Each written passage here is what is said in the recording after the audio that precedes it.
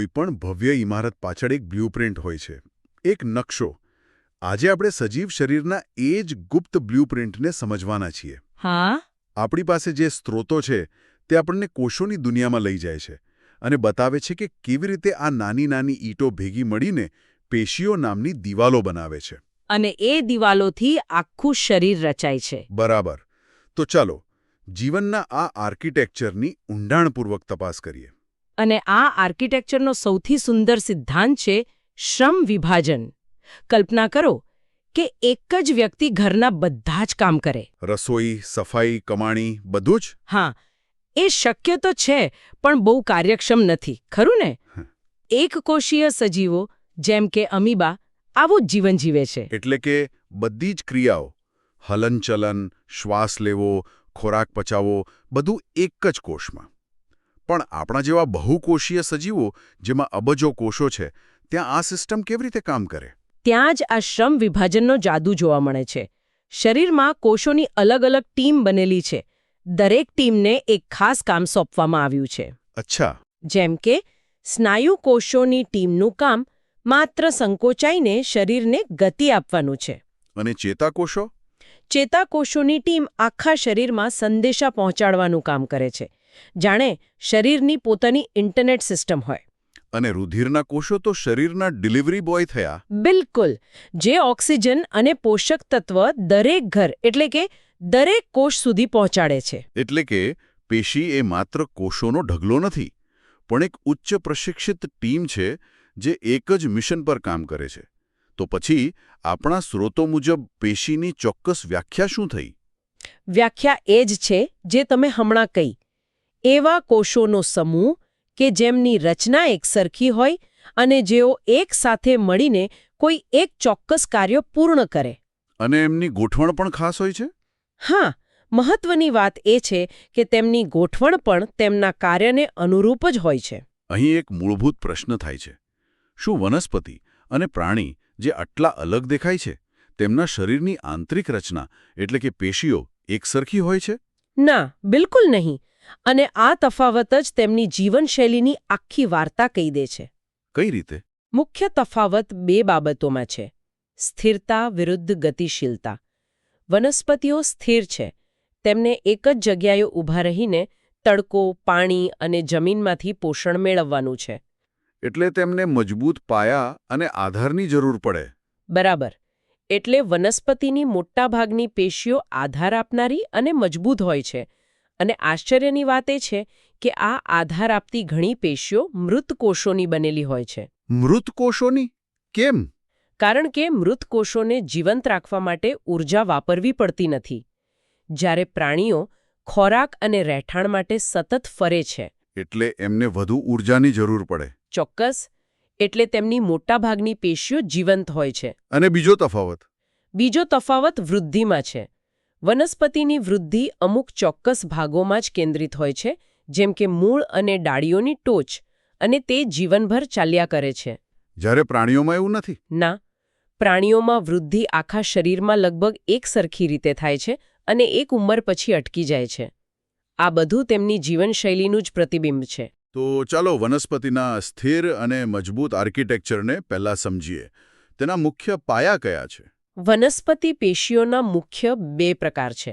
એક છે વર્ધનશીલ પેશી, જે વનસ્પતિનું ગ્રોથ એન્જિન છે. હા, અને બીજી છે સ્થાયી પેશી, જે એન્જિન દ્વારા બનેલા ભાગો છે. વર્ધનશીલ પેશી. એના નામ પરથી જ લાગે છે કે આ પેશી સતત વિભાજન પામતી હશે. એકદમ સાચું. આ વનસ્પતિના સ્ટેમ સેલ્સ જેવી છે, જે સતત નવા કોષો બનાવ્યા કરે છે. તે વનસ્પતિના વૃદ્ધિ પામતા ભાગોમાં જ જોવા મળે છે. અને એના પણ પ્રકારો હશે? હા, સ્થાન પ્રમાણે તેના 3 પ્રકાર છે. અગ્રસ્થ વર્ધનશીલ પેશી મૂળ અને પ્રકાંડની ટોચ પર હોય છે અને છોડને ઊંચો બનાવે છે. લંબાઈમાં વધારો કરે. બરાબર. પછી પાર્શ્વીય વર્ધનશીલ પેશી થડ અને મૂળની જાડાઈ વધારે છે, જેનાથી થડ મજબૂત બને છે. અને આંતરવિષ્ટ વર્ધનશીલ પેશી ગાંઠો પાસે હોય છે. અને આ કોષોની ખાસિયત શું છે? તેઓ આટલું ઝડપથી વિભાજન કેવી રીતે કરી શકે? કોષ કેન્દ્ર મોટું અને સ્પષ્ટ હોય છે. અને તેમાં રસધાનીઓ નથી હોતી. બરાબર. કારણ કે તેમને ખોરાક કે પાણીનો સંગ્રહ કરવાની જરૂર નથી. તેમનું ફોકસ માત્ર વૃદ્ધિ પર હોય છે. તો પછી સ્થાયી પેશીનું શું? તે કેવી રીતે બને છે? જ્યારે વર્ધનશીલ પેશીના નવા બનેલા કોષો વિભાજન પામવાની શક્તિ ગુમાવી દે ત્યારે તેઓ એક ચોક્કસ નોકરી પસંદ કરી લે છે. મતલબ કે એક ચોક્કસ કામ. હા, કોઈ કોષ પ્રકાશ સંશ્લેષણ કરવાનું નક્કી કરે તો કોઈ પાણીનું વહન કરવાનું. આ પ્રક્રિયાને વિભેદીકરણ કહેવાય છે. જાણે કોષો પોતાનો કાયમી વ્યવસાય પસંદ કરી રહ્યા હોય. અને આ રીતે સ્થાયી પેશી બને છે. હા, તો આ સ્થાયી પેશીમાં પણ અલગ-અલગ પ્રકારના બિલ્ડિંગ મટીરિયલ્સ હશે, ખરું ને? ચોક્કસ. સ્થાયી પેશીના બે મુખ્ય પ્રકાર છે, સરળ અને જટિલ.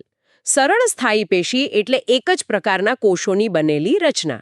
એને આપણે વનસ્પતિના 3 મુખ્ય બિલ્ડિંગ મટીરિયલ્સ તરીકે સમજી શકીએ. હા, બિલકુલ. રસપ્રદ. કયા 3 મટીરિયલ્સ? પહેલું છે મૃદુતક, જે સોફ્ટ પેકિંગ મટીરિયલ જેવું છે. તેના કોષો જીવંત, પાતળી દિવાલવાળા હોય છે અને તેમનું મુખ્ય કામ ખોરાકનો સંગ્રહ કરવાનું છે. અચ્છા. ક્યારેક આ કોષો હરિતકણ ધરાવે તો તેને હરિતકણોત્તક કહેવાય અને તે પ્રકાશ સંશ્લેષણ કરે છે. અને કમળ જેવી જલીય વનસ્પતિમાં તે હવા ભરીને વાયુત્તક બને છે. જે તેને તરવામાં મદદ કરે. બરાબર. બીજું મટીરિયલ છે સ્થૂળ કોણક, જે પ્લાસ્ટિક જેવું લવચીક છે. તેના કોષોના ખૂણા જાડા હોય છે. આને કારણે જ ડાળીઓ અને વેલાઓ તૂટ્યા વગર પવનમાં ઝૂકી શકે છે. અને ત્રીજું? જે સૌથી મજબૂત હશે. ત્રીજું છે દઢોત્તક, જે કોન્ક્રીટ જેવું મજબૂત છે. આ પેશી મૃત કોષોની બનેલી છે અને તેની કોષ દિવાલ પર લિગ્નિન નામનું સિમેન્ટ જેવું દ્રવ્ય જમા થયેલું હોય છે. ઓહ, આ જ વનસ્પતિને ખરી દઢતા અને મજબૂતાઈ આપે છે. હા, હવે મને સમજાયું કે અખરોટ કે નાળિયેરની છાલ તોડવી આટલી મુશ્કેલ કેમ હોય છે. તેની કઠણ છાલ આ દઢોત્તક પેશીનો જ કમાલ છે, બરાબર ને? બિલકુલ. આ તો થઈ સરળ પેશીની વાત. હવે આવે છે જટિલ સ્થાયી પેશી. જે વનસ્પતિની પ્લમ્બિંગ અને ડિલિવરી સિસ્ટમ છે. એકદમ સાચું. તે એક કરતાં વધુ પ્રકારના કોષોની બનેલી છે. એટલે કે પાણી અને ખોરાક પહોંચાડવાની વ્યવસ્થા. આપણા સ્ત્રોતોમાં જલવાહક અને અન્નવાહકનો ઉલ્લેખ છે. હા, જલવાહક એટલે કે ઝાયલમ એ વનસ્પતિની વોટર પાઇપલાઇન છે. જે મૂળમાંથી પાણી અને ખનિજ તત્વોને ઉપર પાંદડા સુધી પહોંચાડે છે. બરાબર. અને અહીં વનસ્પતિના એન્જિનિયરિંગનો કમાલ જુઓ. આ પાઇપલાઇન મોટે ભાગે મૃત કોષોની બનેલી છે. મતલબ કે વનસ્પતિએ જીવંત કોષોની જાળવણી પાછળ ઊર્જા વાપર્યા વગર જ એક મજબૂત પોલો રસ્તો બનાવી લીધો. વાહ! ઓછામાં ઓછી ઊર્જામાં મહત્તમ કામ. તો પછી અન્નવાહકનું શું? અન્નવાહક એટલે ફ્લોએમ એ વનસ્પતિની ફૂડ ડિલિવરી સર્વિસ છે. તે પાંદડામાં બનેલા ખોરાકને છોડના દરેક ભાગ સુધી પહોંચાડે છે. અને આ પેશીના મોટાભાગના ઘટકો જીવંત હોય છે. હા, કારણ કે ખોરાક ક્યાં અને કેટલો પહોંચાડવો તેનું સક્રિય રીતે સંચાલન કરવું પડે છે.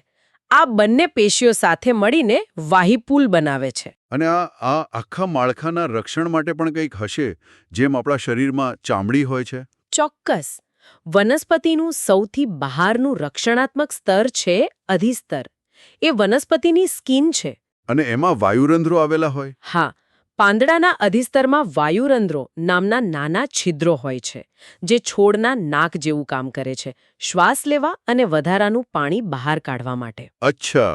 અને રણપ્રદેશની વનસ્પતિમાં તેના પર ક્યુટેનનું મીણ જેવું પડ હોય છે, જે પાણીને ઉડી જતું અટકાવે છે. અને મોટા વૃક્ષોની છાલ? જેમ વૃક્ષની ઉંમર વધે તેમ તેનું અધિસ્તર એક વધુ મજબૂત વેધરપ્રૂફ જેકેટમાં ફેરવાઈ જાય છે, જેને આપણે છાલ કહીએ છીએ. અને એના કોષો પણ મૃત હોય છે. હા, અને તેમાં સુબેરિન નામનું રસાયણ હોય છે, જે તેને પાણી અને હવા માટે અભેદ્ય બનાવે છે. અદ્ભુત.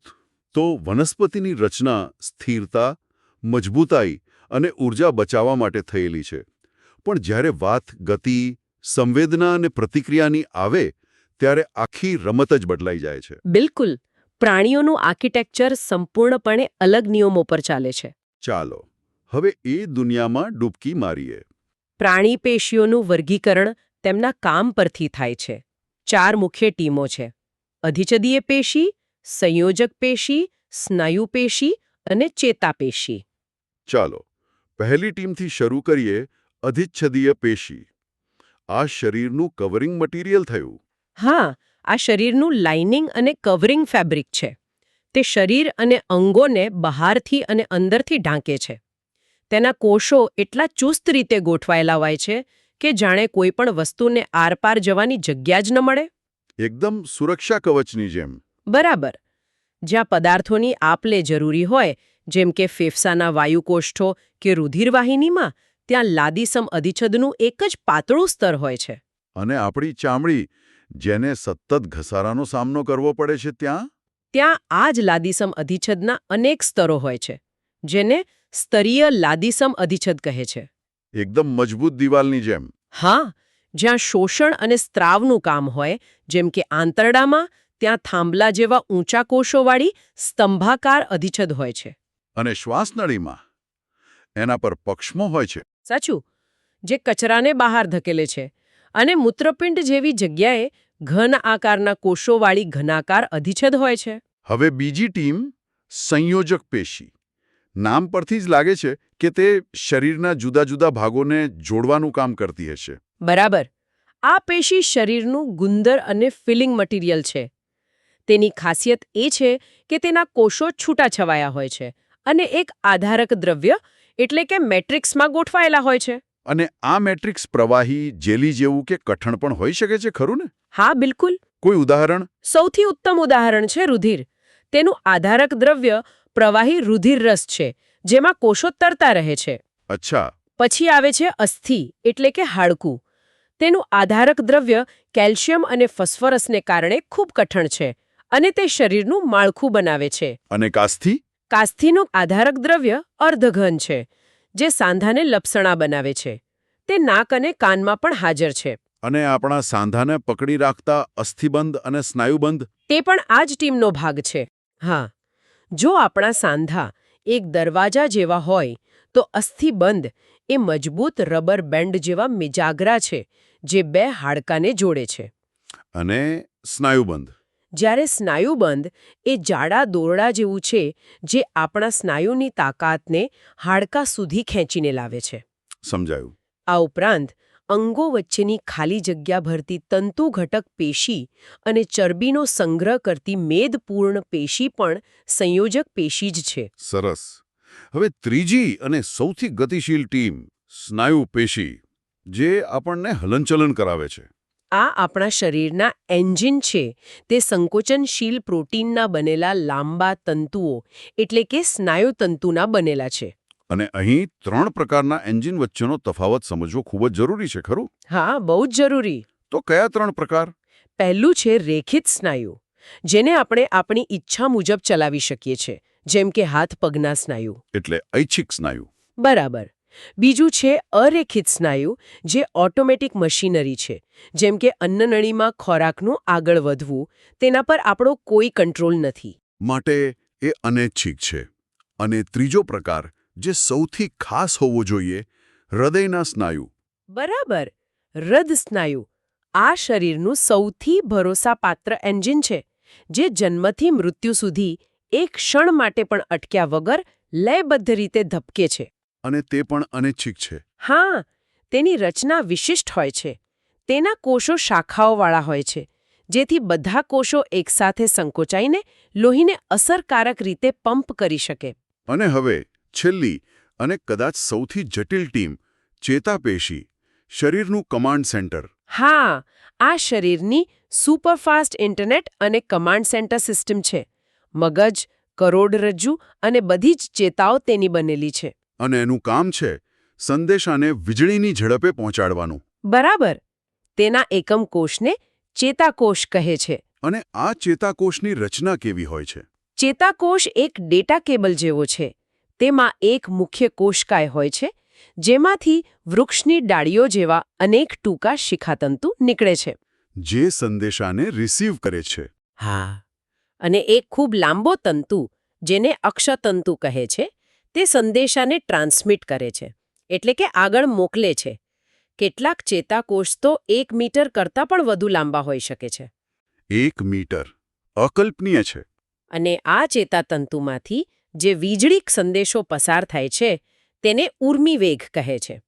વિચાર કરો, અત્યારે આપણે વાત કરી રહ્યા છીએ ત્યારે પણ આપણા શરીરમાં આવા અબજો કોષો એકબીજા સાથે સતત વાતચીત કરી રહ્યા છે. આ પોતે જ એક ચમત્કાર છે. ખરું ને? તો આજે આપણે એક કોષની નાનકડી દુનિયાથી શરૂ કરીને વનસ્પતિ અને પ્રાણી શરીરની આખી જટિલ ઇમારત સુધીની સફર કરી. આપણે જોયું કે કેવી રીતે જુદા જુદા કાર્યો માટે કોષોની વિશિષ્ટ ટીમો બને છે. અને કેવી રીતે શ્રમ વિભાજન દ્વારા એક જટિલ સજીવનું શરીર સુવ્યવસ્થિત રીતે કામ કરે છે. બિલકુલ. અને આ આખી ચર્ચા આપણને એક અંતિમ અને ગહન વિચાર તરફ દોરી જાય છે. કયો વિચાર? આપણે જોયું કે કોષો કેવી રીતે ભેગા મળીને પેશીઓ રચે છે અને પેશીઓ કેવી રીતે અંગો બનાવે છે. આ બધું ખૂબ જ નિયંત્રિત અને વ્યવસ્થિત રીતે થાય છે. દરેક પેશીને પોતાનું કામ અને પોતાની મર્યાદા ખબર છે. હા. પણ શું ક્યારે એવું બને કે કોઈ પેશી પોતાનું નિર્ધારિત કાર્ય ભૂલીને પોતાના નિયમો તોડીને અનિયંત્રિત રીતે વિભાજન પામવા લાગે? જો આવું થાય તો શરીરના સુંદર આર્કિટેક્ચર પર તેની શી અસર થઈ શકે? હા, આ વિચાર સાથે આપણે કોષીય સ્તરે નિયમનના મહત્વને વધુ ઊંડાણપૂર્વક સમજી શકીએ છીએ.